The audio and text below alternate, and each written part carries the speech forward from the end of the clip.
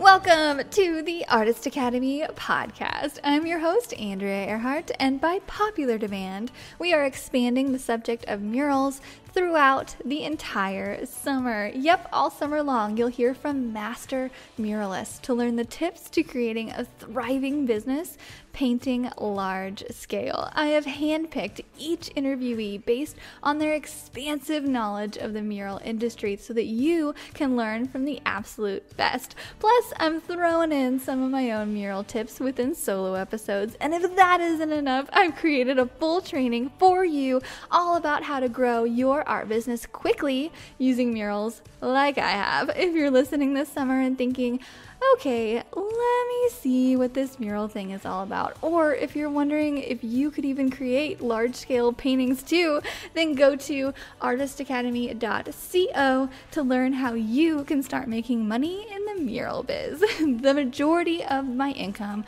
comes from murals, and I want to help you get started too because I know how profitable they can be.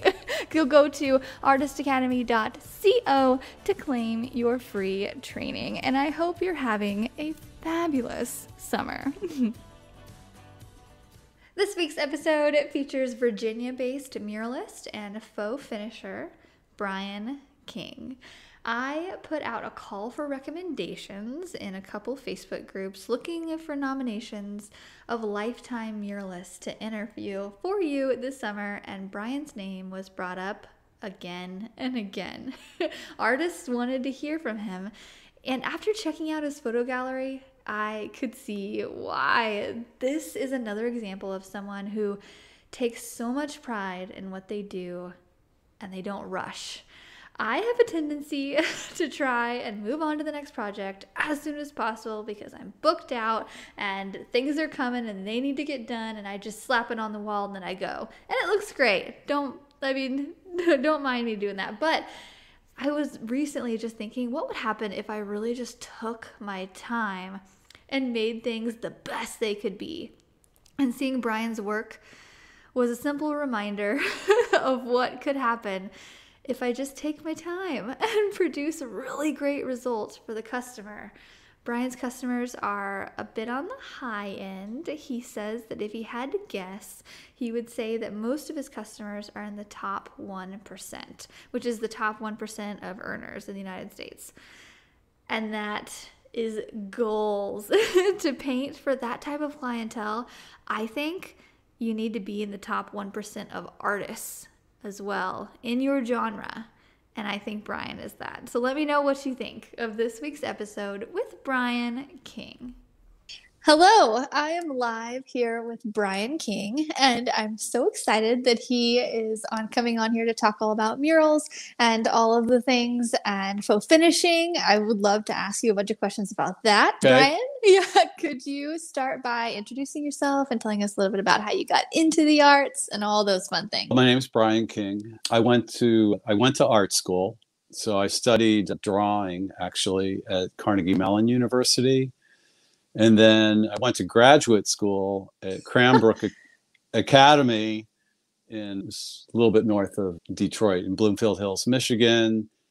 And then was out of art school and trying to figure out what to do. The type of painting I did while I was in art school kind of went against the grain a bit because I was doing very highly representational artwork, sort of collaged images, sort of a pop style. When I was in grad school, it would take me a long time to create one painting. And then when I got out of school, it would take me a year to do a painting. So for a number of years, I worked for an art gallery, several art galleries. I did carpentry work.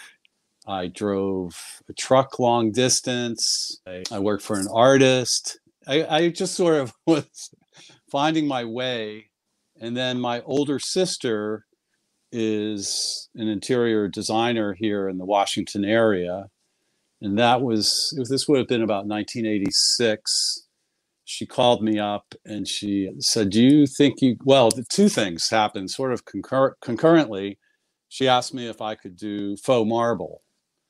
And I basically just looked at my bank account and said, yeah, I can do faux marble. And then she also had a client that called me, who I didn't really take seriously initially. This man that she gave my name to called me up and said he wanted to commission me to do 20 paintings of old masters.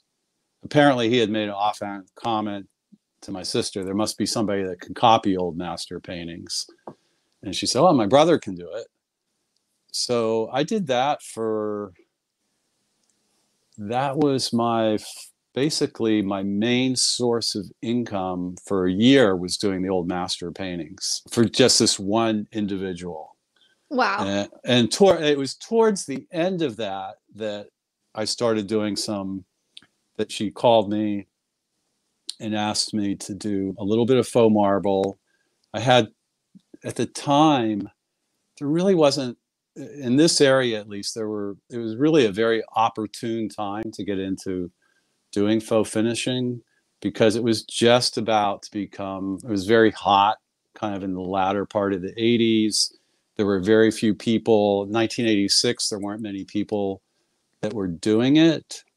So I was at the start of a resurgence of interest in decorative painting. So I remember when I got to the last painting that this man commissioned me, I remember feeling a sense of panic that, oh no, I have to get a job. I have to go back out and get some sort of a job. And then I had started doing a little bit of faux finishing, and I just thought, maybe I could do this for a living. And I had Isabel O'Neill's book, The Art of the Painted Finish, which is actually, I find very difficult to read, but I just started making up samples of wood graining and faux finishing, and just calling designers up and saying, hey, I can do commissioned artwork, I can do faux finishing.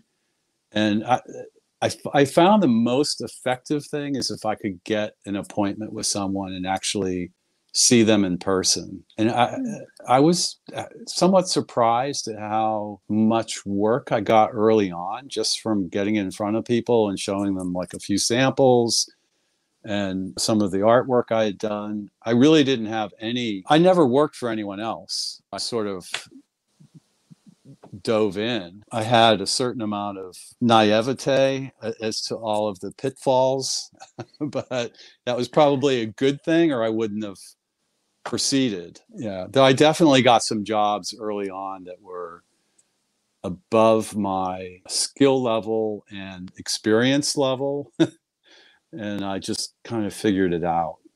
Yeah, that's how it goes. Man, and as you're talking about faux finishing, I'm in my dining room right now, and I'm just looking around, and I'm like, oh man, that would be a really cool thing to do in here. I could take some tips from you on different faux finishing. I love that you made all the different ones, and you're like, this is what I can do, and you just showed them to people. And you're right, too, in person. As soon as someone meets you and you're like, oh, this person's real, let's have a conversation about it, you can answer their questions in real time. And I find that a lot of who you end up working for, part of it, obviously a big part of it is your work, but also is just sort of the rapport you might have with someone. Like if you meet someone and you have sort of a naturally, just a comfortable rapport with them, that I find that they're more likely to use you. And then it's just a matter of being conscientious and doing the work, showing up on time and doing what you're being contracted to do. Yeah, I can see that too, because you're spending some time in a person's home. So they're like inviting you in, like, hey, do I even like this person? You want to just come in and hang out with me for a couple days? Really my business it's fluctuated between being, some years it's 50% faux finishing, which might be, I do stenciling and gilding and a lot of plaster work, trompe l'oeil, and then maybe 50% murals. And then other years, the balance might swing to 70% finishing, 30% murals. So although there's been kind of an ebb and flow to how much mural work I'm doing. So yeah, or as you're saying, you're doing faux finishing. Typically, it's the nicer homes that can pay a faux finisher to come in. Have you painted in some really cool homes? Yeah, it's definitely been an experience of seeing, in a way, how a very small segment of the population. I would say most of my clientele is like in the 1%. And I just recently worked for a guy that had like a enormous like shark tank in the basement. And I don't know, just like fair amount of conspicuous consumption. But yeah, generally working in sort of high-end residential. That is I so used to cool. do a lot more commercial work, but I haven't. I do less commercial work now. It's mainly residential. I'm actually starting to get to I've been doing this now for 35 years. So I'm starting to get to the point where I'm starting to scale back a little bit, or thinking about it anyways, and starting to think about sort of retiring or semi-retiring. I'm planning to get back to. I've been painting the whole time, but I rarely get to do paintings for myself. So I just am completing. I just had a studio built on my property. I'm planning to do a lot of my own work and more commission mural work is what I hope for. Oh, that is awesome. Yeah. And so I guess what you have is the goal of every artist. You're painting for people who can afford it, and you have consistent work and just doing a bunch of different things all within the mural and faux Right. finishing area. And yeah, you've got the dream job. That's awesome. So I'm so glad Well, you're. I'll say right now I'm working on a large project I live in Arlington, Virginia. The community next door is Falls Church. And I'm working on a very large, it's 12 by 66 foot exterior mural. And everything I've done, I think that I have enjoyed doing the exterior mural work the most. I have probably I haven't counted them, a dozen to maybe 15 large building murals in this region, like the greater metropolitan region here. I just really enjoy it. I feel it's, as opposed to working in this private home, it just feels more democratic. Like everyone gets to enjoy it. I get a lot more response when I'm working. People will come up to you and talk to you, and they're usually just very enthusiastic. And those are my favorite days at work. So fortunately, that's what I'm working on now. I'm about 2/3 of the way through a project. That's awesome. And the weather is great right now and everything. Yeah, I was off a little. Actually, it's raining here today, but the last 2 weeks has been like just beautiful weather. We haven't had, today was the first day that we had an interruption. And I usually work with someone. I have a woman that's worked with me for about 8 years. Oh, And wow. yeah, the other thing is you tend to know, because it's sort of a niche field, you tend to know other people in your area doing the same type of work that you do. So occasionally I'll collaborate with some other artisans in this area. So the person who I'm really interested in that is, so did you train her in the ways that you like to mural Uh, and all that? Have you trained her or? she went to art school. I actually met her at a client's home and I just got to talking to her. She showed me her work that she had done. She was principally a sculptor. And just at that time, I was getting ready to start a large exterior mural project. And I was thinking to myself, hey, how am I going to do this by myself? Hey, I was thinking to myself, how am I going to do this by myself? And so I met this person and just, asked her if she would help. And she's been helping me on a part-time basis ever since. She's very talented. She's worked with me part-time for, some time. And it was just kind of serendipity, like running into her. I'm really interested in that because I'm at this point now where I've been hiring a couple different artists to come and help, Mm-hmm. and they're very much beginner artists. So I'm kind of Mm-hmm. teaching, and sometimes it's just teaching, and then sometimes it's they're helping, and just kind of a thing. Do you have any tips for that? I was fortunate. This particular person has a fairly good skill level. Personally, a lot of it, like I'm trying to remember how I used to put it. There's three things that I always looked for in somebody that was helping you, and that was: are they skilled? Are they conscientious? Are they going to show up on time? Are they going to have excuses? And the third one is just, can you stand to them?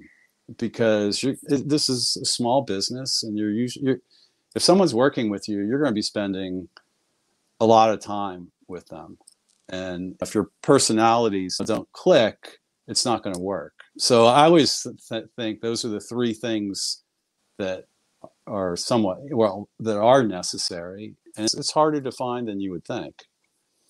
I don't know if I really answered your question very well. It's really that I can ask is, do they have a skill? Do you like, are they, those are the main things.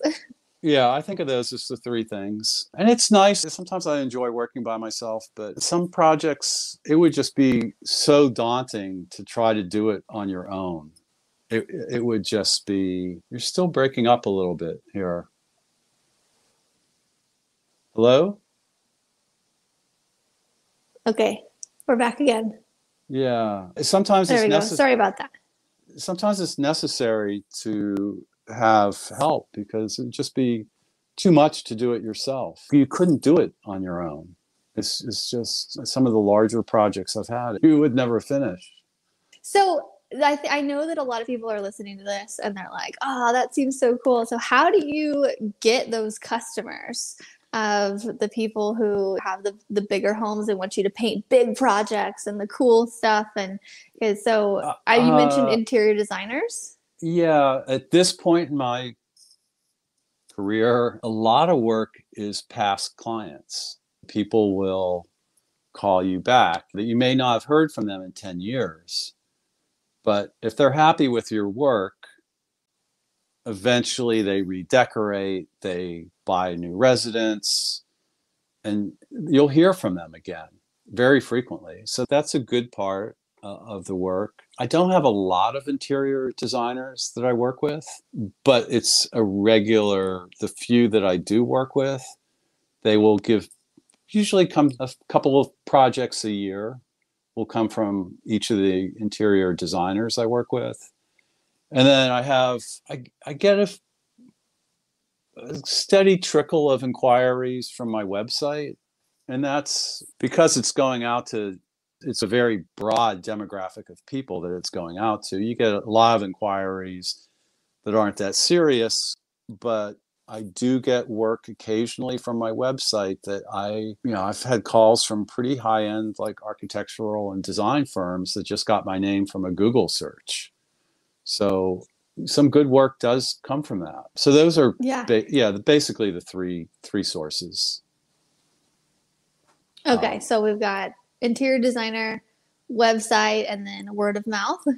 Yeah, I would say word of mouth is important. If people learn that they can rely on you, that you're going to be there and do the work in a timely fashion and be respectful of their property and do the work to a fairly high caliber of professional quality work, people don't want to have somebody working for them that they have to stress about. Are they going to respect my property? Are they going to do the work correctly? Are they going to show up if you meet all of these different, requirements, people will have you back. And if you're friendly and pleasant and don't have an attitude, people generally have you back. Is there anything that you don't like to paint without on your jobs when you're all over and muraling on a big project? Is there anything that you must have? Coffee. I'm just kidding. I frequently stop and have a cup of coffee, but I try to generally keep that off the job site though. Something that I must have, I guess, would be a plan. Just a plan as to, what we're going to get done today and what the objective is, and just sort of some forward thinking as to, okay, how can we take a moment's break to consider, okay, let's think about this for a minute, and where should we start? What's the best way to protect the area? Just really having a plan. I like that. Yeah, having a plan. It helps for less hiccups. Have you ever had like a job go wrong?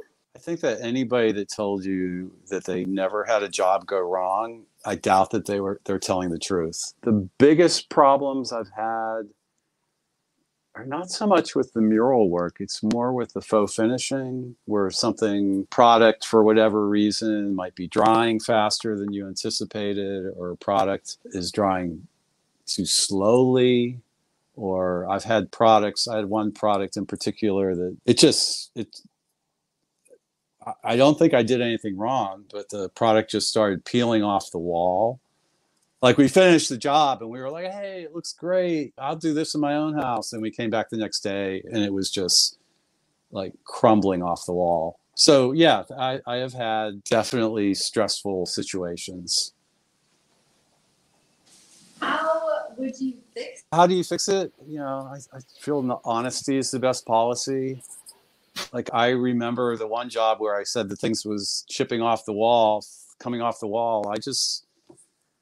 Eventually I just went to the client and said, hey, I don't know what happened.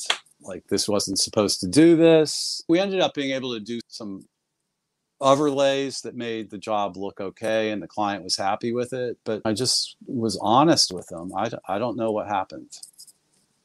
And I never got a satisfactory response. I won't name the company, but I never really got a satisfactory response as to what the failure was. But that one stands out because it looked so good when we initially finished it. And then the shock when you came back the next day and, hey, this does not look right. I've had projects too where I remember one job where I wasn't diligent enough. We were gilding a ceiling and the ceiling looked like it was like the finisher had done a good job with the finishing, and then you put the leaf on and there'll be like there were one or two places where it just wasn't smooth enough for the leaf. And then you have a ceiling that has an obvious defect in it, and there's not a simple way to fix it. Can we talk about pricing for a second? Sure. We love to talk about numbers and what's possible. And we just mostly because a lot of artists, you don't want to be the starving artist, but you don't know like what the possibility is of what you can charge, and like pricing is so kind of here and there. How do you price things? I'll be honest. I will say that for years, I'm sure I underpriced my work. So I have two different price structures, I guess. If I'm doing faux finishing, most of that work is on a square foot basis. On the mural end of the work, it's really more of a daily rate. My hourly rate is $95 an hour. So what is that, $760 a day plus materials? Mural work is very hard to put a number on because there's so many different factors. It really comes down to not just size, but the level of detail. So my model has been, I don't know if it's the best model, but it's the model I use, is I will, after meeting with a client, I'll spend maybe an hour in Photoshop just putting the concept together. I like to have a visual just to make sure that we're talking apples and apples. And I think that really helps a lot. I try to be careful not to do too much work for free. I feel like if you do too much work for free, that sets a bad precedent. That I like to do enough that you're showing that you're invested in the project and you're willing to work with the person. And then once you've determined the concept, I can give them a price range based on what I've shown to them and any comments they've had. And then I usually work a 20, 30, 50 pay schedule to develop the design work for the mural. I usually charge 20%. And that, I tell people, that allows me to create the design. And I also, when I deal with people, I try to put a cap on how many revisions. I usually say, I'll present you with the design. I will include 2 revisions because it's unlikely you're going to present the design. They love the design and that's it. There's always a comment. I tell people I'll allow 2 revisions. Any revisions beyond 2, I charge an hourly rate. So I usually work at 20%, 30% when I start, and then the balance when everything is finished. So, I gotcha. Okay. Yeah. So you take basically before you start mocking anything up, or like as you're mocking it up, or what? How does that work? I'm, And also, what is your payment method? So do they send you a check or? Sometimes I'll do like sometimes I want to send a proposal to people. I always have a contract, and I give them the option. If they want to pay by credit card, they can pay via. I usually will send them an invoice via PayPal, or they can send me a check. Either way, some people, usually it's either PayPal or a check. Have you ever had any not pay at the end of it, or have you ever had any problems like collecting? I've been extremely fortunate. I had one job I got paid for. I think a lot of people on that project didn't get paid because the contractor folded. And I think a lot of people on that job never received payment. But I think I was one of the early people to complain about not being paid. And so I was one of the people that kind of snuck in there and got paid. I had one job that I didn't get paid for that was repair work, but I considered it I was collateral damage because the homeowner was in a dispute with the contractor, and I think the homeowner was at the point where he just wasn't going to pay anyone. And it wasn't a great sum. It was a small sum of money, and I just didn't pursue it. So other than that, I've been extraordinarily fortunate.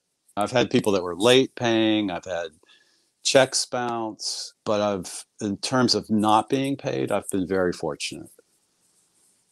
Oh, good, so. Good. Because that's one thing that a lot of people, they ask me that, what if they don't pay? I'm like, most people do. Most people are good people, and it usually works out.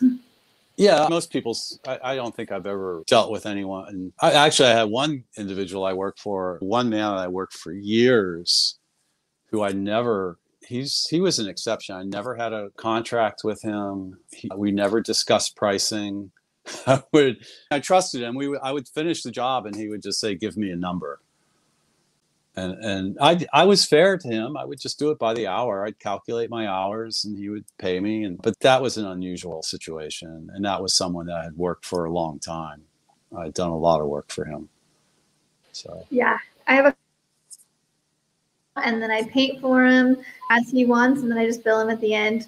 And I have such a Midwest mentality in a lot of this, so sometimes I won't even do a contract, and then everything typically works out. But then there's just those little, like maybe one or two a year where I'm like, man, maybe we should have done a contract. I find one of the important things about a contract isn't so much for me necessarily ensuring that I'll get paid.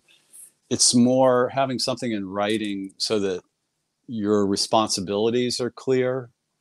Because I remember years ago, I did a job without a proposal, and I was finishing up the job, and the client was like, "Oh, you're painting the ceiling too." And I was like, "No," but I didn't have anything. There was nothing written down.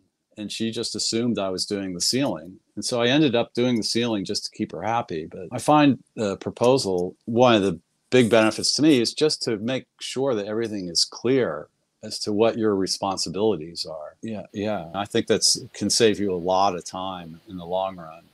So true. Yeah, just making it all clear. Because there was a couple of times I remember when I did a project, there was a couple hiccups that just were spelled out in the contract. And they're like, oh, we didn't know this. And I'm like, oh, I'm really glad that we've done that. I need to get back into the habit of it. But I love that your mentality on that is just to make sure that all the ducks are in the row. And the other thing, I think sometimes in a proposal, you can impress upon, I try to put in the proposal that what I'm going to do to protect the home, like to protect the furniture and everything.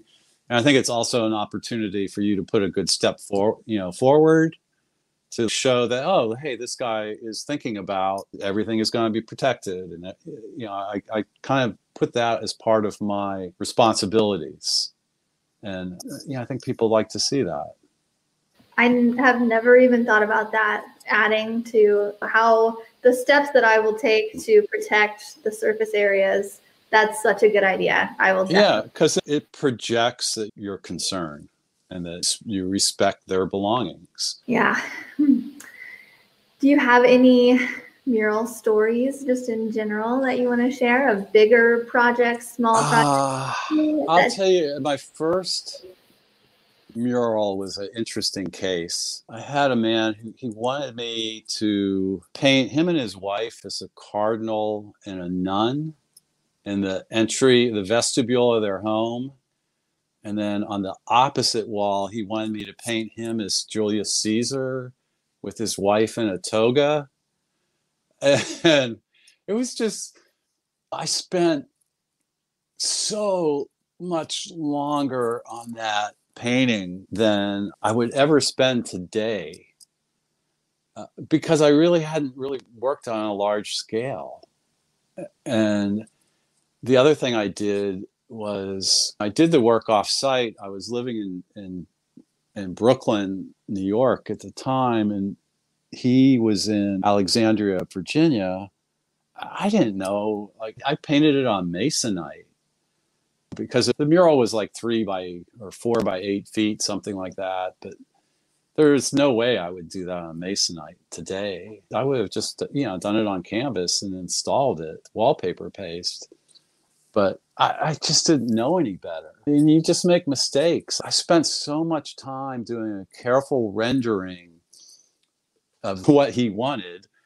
And I neglected to make sure that my drawing for the mural was done to scale. It's just such a beginner's mistake, but it's so important. I did this nice drawing, but it wasn't the same scale as the wall. So then when I went to do the painting, I was like, oh, this doesn't quite fit. Yeah, I don't know. The other mural that really stands out to me, the guy that I worked for a long time, I just did a hallway in his home. There's a famous marquetry that's in the Metropolitan, I believe. And it's all these trompe l'oeil cabinets, but it's all done in marquetry. I used that as inspiration. I did an entire wall of like faux cabinets with all the books and everything. And then the project just kept growing. So on the opposite wall, I painted a view of Florence. And then he decided he wanted the ceiling to be like faux stained glass. And then he wanted all the doors in this hallway. There were like 5 or 6 doors. He wanted those all wood grained. So it was like this little jewel box of a mural. The space was only about 15 feet long and maybe 3 feet wide, 3.5 feet wide, but every single surface was really detailed. And I spent so much time in that little hallway. How much time do you usually spend on a mural? Like, what really caught me was in the beginning when you said you spent a year on a painting. Oh, that was when I got out of art school, because I was doing these pretty highly representational paintings, but I was only doing them like I had a full-time job, so it would be like 2 hours here, an hour here, maybe 3 or 4 hours a week. And if you're doing a painting that you're spending over 100 hours on, you're not producing much work. I had a fairly good gallery in Birmingham, Michigan, near where I went to school. And I was a good gallery. I was fairly young, and they would call me. They called me for a couple of years. Oh, hey, do you got some more paintings? One. I'm anxious to get back to doing some of I've really done I've been painting all the time, but I've always been doing commissioned work. So I'll be happy to do some more of my own work. What is the biggest mural you've ever painted? Well, actually, the one I did one in architectural trompe l'oeil on the side of the building, and again in Alexandria, that was 18 by 43 feet. And then actually the mural I'm working on now, which I mentioned, is 12 by 66. It's a ton of paint. And I've used different paints for, like, when I started out, the first few murals I did outside, I used exterior house paint, which I don't really recommend. And then I have 4 or 5 that I've done with a Kime mineral paint.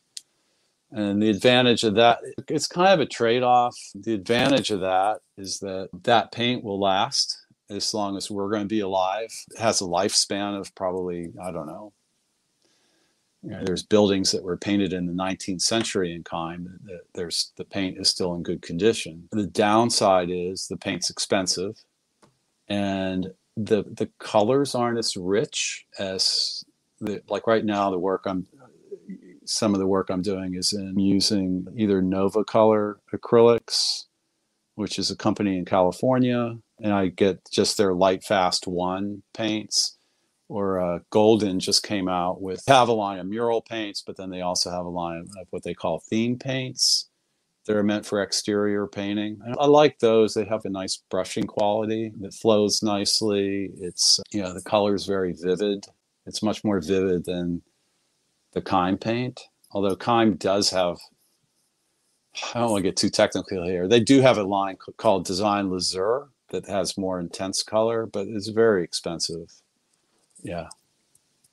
Yeah, I'm gonna have to try out that golden kind. I've never heard of that. I've tried the house paint and Novas, but yeah, Golden. It's called Theme Paint by Golden. They also have a line called Mural Paint. I think they're actually somewhat similar. I've worked with both of them. The Theme Paint, I think, is a relatively new product. I don't think that's been out for very long. Awesome. Do you have a favorite project that you've worked on? One of my favorite projects was I did a mural for a bike shop in Northern Virginia here. And one of the things that made the job really satisfying was we did the job in September, and every day was just like beautiful, you know. And we were working outside. The owners of the bike shop were very easy to deal with. They were out of town. I had submitted a design to them, but I would call them up and say, "Hey, I'm going to make, you know, some changes." And they were like, "Hey, we trust you." It was a fairly well-traveled sidewalk. I just had my like little Bluetooth speaker, listening to my music. The weather was perfect. People were coming by all day and saying, "Hey, you know, that's great." And I just remember thinking to myself, why couldn't every job be like this? You know, that where you just get compliments all day and the weather's perfect and the client's great. That I just enjoyed the process quite a bit. I have, and I don't know. I did a mural for another restaurant. A lot of my work is in Northern Virginia, where the restaurant had sort of basic American cuisine, and they wanted me to do a mural depicting sort of like post-war America in the 40s. And I did a large collage painting on canvas, and what I liked about that was that it was very much in keeping in the style of the type of painting I did when I was in art school. The one thing that's really changed is now I use that type of collage type of painting. I didn't have Photoshop back then. It was all like clipping magazines, old Life magazines, and cutting and pasting. And now to do that type of a painting, it would be so much easier to do it in Photoshop and with layers and transparencies. But I just really like the painting. I used some personal imagery. My sister is in there. My parents' house that they used to live in is in the painting. And so there's personal elements that people wouldn't know, but they're in the painting. Oh, that's so cool. I love that. Yeah. Have you ever hidden something in a painting? I get asked that question all the time. No, I don't think I've ever hidden something. No, I not that I can think of. I used to do little butterflies in landscape scenes. Like I would just do like a little bitty one, and then some people loved it and some people didn't. And then if I was finally like, okay, maybe I should just stop doing this. It's really not about me; it's about them. So. Yeah, a lot of my exterior work has involved some sort of trompe l'oeil, which people always seem to. I have a number of projects where I basically painted some sort of arcade. So you're kind of cutting a hole into the building. You're sort of just making some sort of architectural illusion. Most of it is very simple, like 1-point perspective. But people respond to it very well if you sort of fool them. Yeah, and it takes a certain level of realism too to do something like that. So it's overall impressive. And Yeah.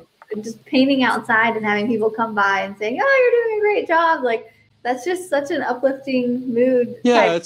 And people are generally like very nice.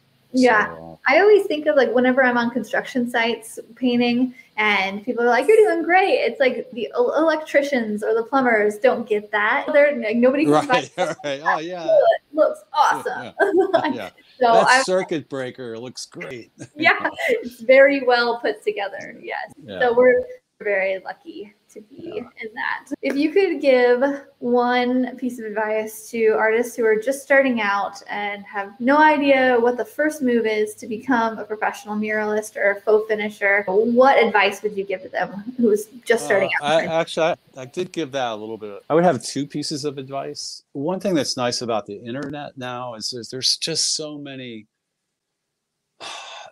so many resources in terms of like how to paint.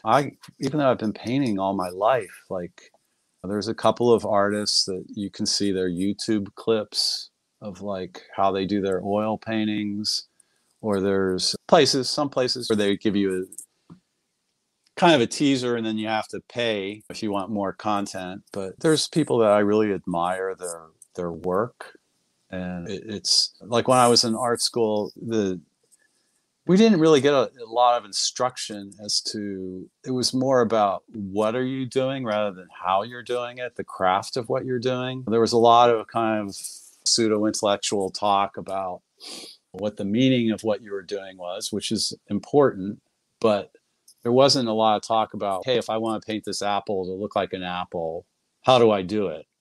I thought the same thing because I studied painting and I wanted more of the apple thing and less of the thought thing. I was in school in terms of the craft, even though I feel I went to very good schools, I had to teach myself a lot of the craft because actually the drawing teachers where I went were very strong on technique. But in terms of the painting department, you didn't get a lot of instruction in terms of technique. And as a young person, I really admired like the old master painters. And I really wanted to understand like how did they do that. And then the second thing, and this is do as I say, not as I did, is I think you need to have a plan. Again, is my goal to set which is something I really should have done more of.